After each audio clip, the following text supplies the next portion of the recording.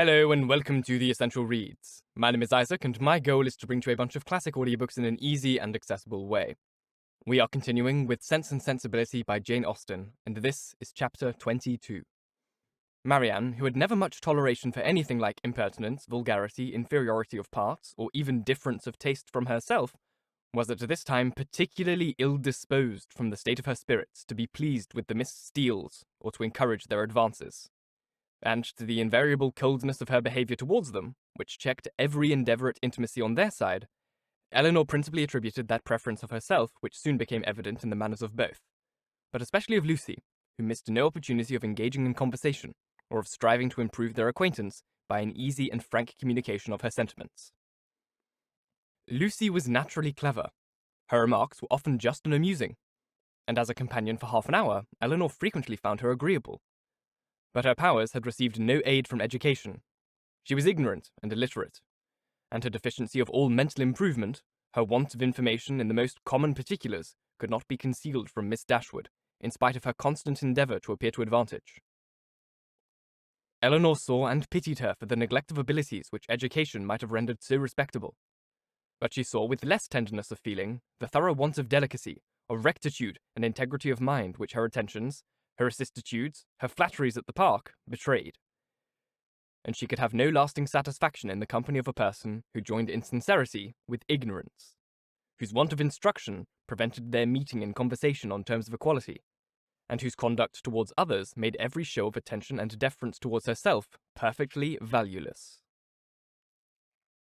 "You will think my question an odd one, I dare say," said Lucy to her one day as they were walking together from the park to the cottage. "But pray, are you personally acquainted with your sister-in-law's mother, Mrs. Ferrars?" Elanor did think the question a very odd one, and her countenance expressed it, as she answered that she had never seen Mrs. Ferrars. "Indeed," replied Lucy. "I wondered at that, for I thought you must have seen her at Norland sometimes. Then, perhaps, you cannot tell me what sort of woman she is." "No," returned Elanor, cautious of giving her real opinion of Edward's mother, and not very desirous of satisfying what seemed impertinent curiosity. "I know nothing of her."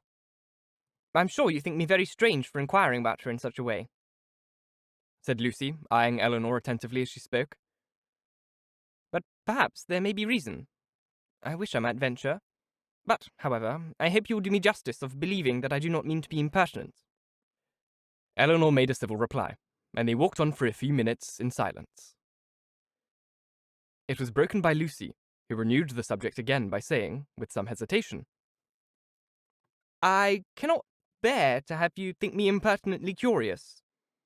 I am sure I would rather do anything in the world than be thought so by a person whose good opinion is so well worth having as yours. I am sure I should not have the smallest fear in trusting you. Indeed, I should be very glad of your advice how to manage in such an uncomfortable situation as I am. But, however, there is no occasion to trouble you. I am sorry you do not happen to know Mrs. Ferrars." "I am sorry I do not," said Elanor in great astonishment. "If it could be of any use to you to know my opinion of her. But I really never understood that you were at all connected with the family, and therefore I am a little surprised, I confess, at so serious an inquiry into her character." "I dare say you are, and I'm sure I do not at all wonder at it. But if I dared to tell you all, you would not be so much surprised. Mrs. Ferrars is currently nothing to me at present, but the time may come, how soon it will come must depend upon herself, when we may be very intimately connected." She looked down as she said this, amiably bashful, with only one side glance at her companion to observe its effect on her. "Good heavens!" cried Elanor. "What do you mean?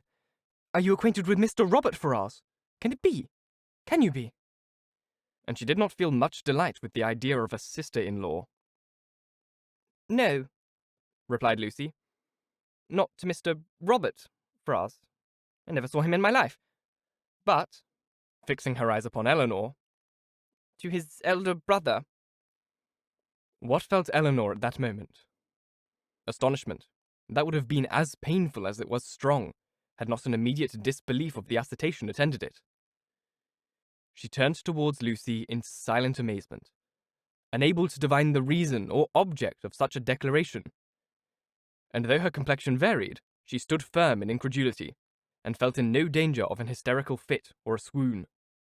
"You may be very well surprised," said Lucy, "for to be sure you could have had no idea of it before, for I dare say he'd never dropped the smallest hint of it to you or any of your family, because it was always meant to be a great secret, and I am sure it has been faithfully kept so by me to this hour. Not a soul of all my relations knows it but Anne, and I never should have mentioned it to you if I had not felt the greatest dependence in the world upon your secrecy. And I really thought my behaviour in asking so many questions about Mrs. Ferrars must seem so odd that it ought to be explained. And I do not think Mr. Ferrars can be displeased when he knows I have trusted you, because I know he has the highest opinion in the world of all your family, and looks upon yourself and the other Miss Dashwoods quite as his own sisters." She paused. Elanor for a few moments remained silent. Her astonishment at what she had heard was at first too great for words. But at length, forcing herself to speak, and to speak cautiously, she said, with a calmness of manner which tolerably well concealed her surprise and solicitude, "May I ask if your engagement is of long standing?" "We've been engaged these 4 years." 4 years! "Yes." Elanor, though greatly shocked, still felt unable to believe it. "I did not know," said she, "that you were even acquainted till the other day." "Our acquaintance, however, is of many years' date. He was under my uncle's care, you know, a considerable while." "Your uncle?" "Yes, Mr. Pratt. Did you never hear him talk of Mr. Pratt?" "I think I have," replied Elanor with an exertion of spirits which increased with her increase of emotion. "He was 4 years with my uncle, who lives at Longstaple, near Plymouth. It was there where our acquaintance begun, for my sister and me was often staying with my uncle, and it was there our engagement was formed, though not till a year after he had quitted as a pupil. But he was almost always with us afterwards. I was very unwilling to enter into it, as you imagine, without the knowledge and approbation of his mother. But I was too young, and loved him too well to be so prudent as I ought to have been. Though you do not know him as well as me, Miss Dashwood, you must have seen enough of him to be sensible that he is very capable of making a woman sincerely attached to him." "Certainly," answered Elanor without knowing what she said. But after a moment's reflection, she added, with revived security of Edward's honour and love, and her companion's falsehood, "Engaged to Mr. Edward Ferrars. I confess myself so totally surprised at what you tell me that really, I beg your pardon, but surely there must be some mistake of person or name. We cannot mean the same Edward Ferrars." "We can mean no other," cried Lucy, smiling. "Mr. Edward Ferrars, the eldest son of Mrs. Ferrars of Park Street, and brother of your sister-in-law. Mrs. John Dashwood is the person I mean. You must allow that I am not likely to be deceived as to the name of the man on whom all my happiness depends." "It is strange," replied Elanor in a most painful perplexity, "that I should never have heard him even mention your name."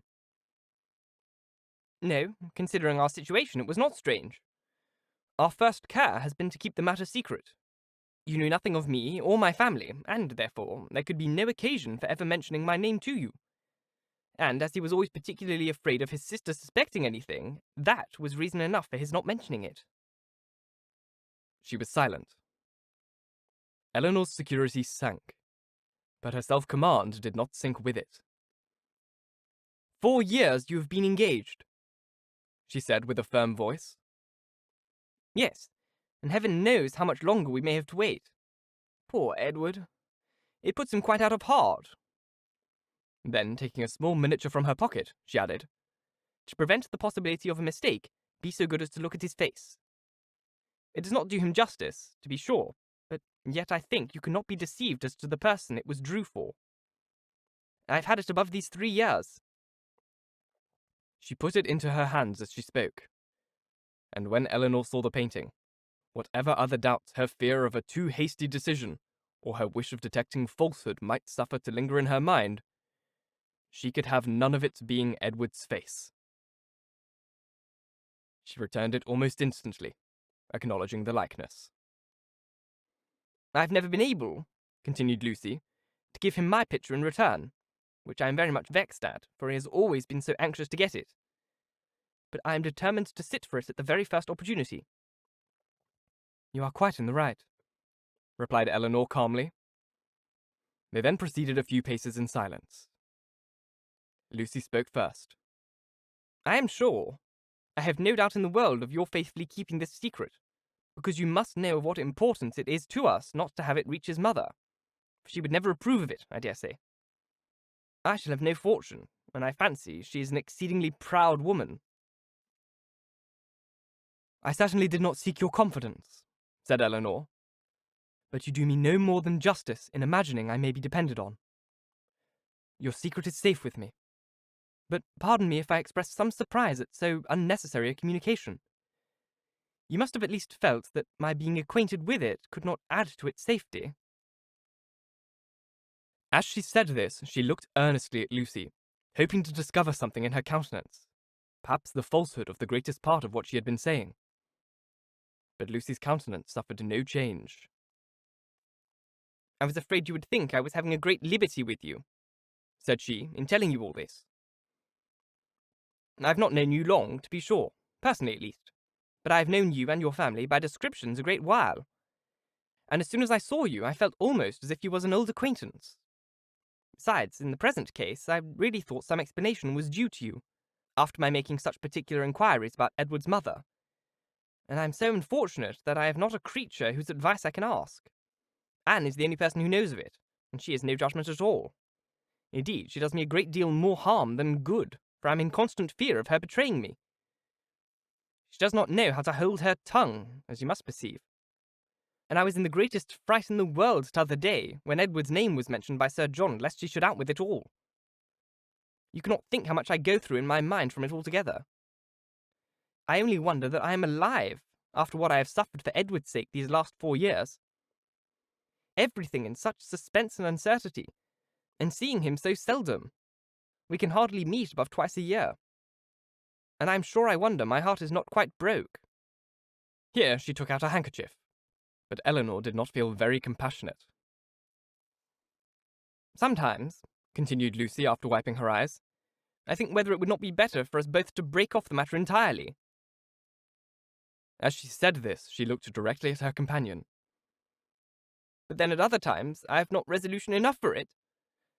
I cannot bear the thoughts of making him so miserable as I know the very mention of such a thing would do.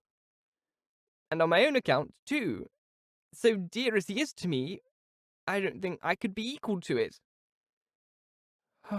What would you advise me to do in such a case, Miss Dashwood? What would you do yourself?" "Pardon me," replied Elanor, startled by the question, "but I can give you no advice under such circumstances. Your own judgment must direct you."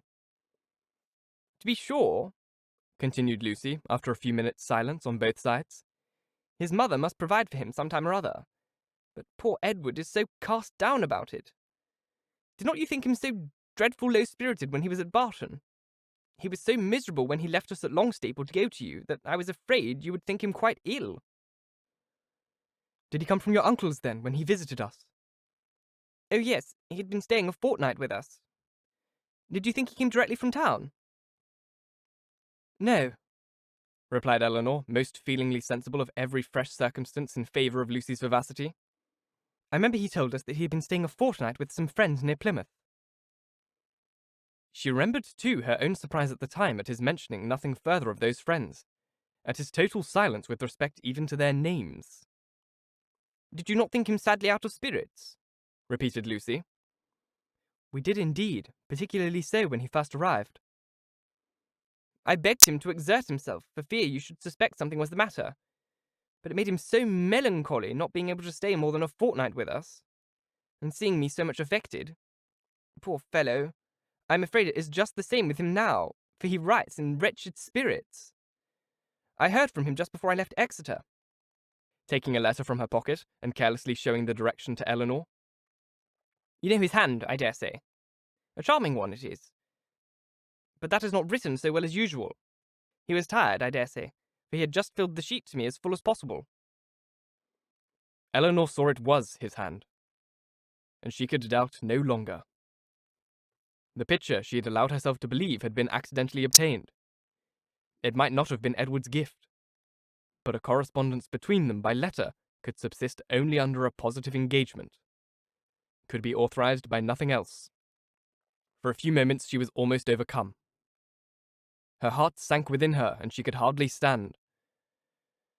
But exertion was indispensably necessary, and she struggled so resolutely against the oppression of her feelings that her success was speedy, and for the first time complete. "Writing to each other," said Lucy, returning the letter into her pocket, "is the only comfort we have in such long separations. Yes, I have one other comfort in this picture, but poor Edward has not even that. If he had but my picture, he says it should be easy. I gave him a lock of my hair set in a ring when he was at Longstaple last, and that was some comfort to him, he said, but not equal to a picture. Perhaps you might notice the ring when you saw him." "I did," said Elanor, with a composure of voice under which was concealed an emotion and distress beyond anything she had ever felt before. She was mortified, shocked, confounded.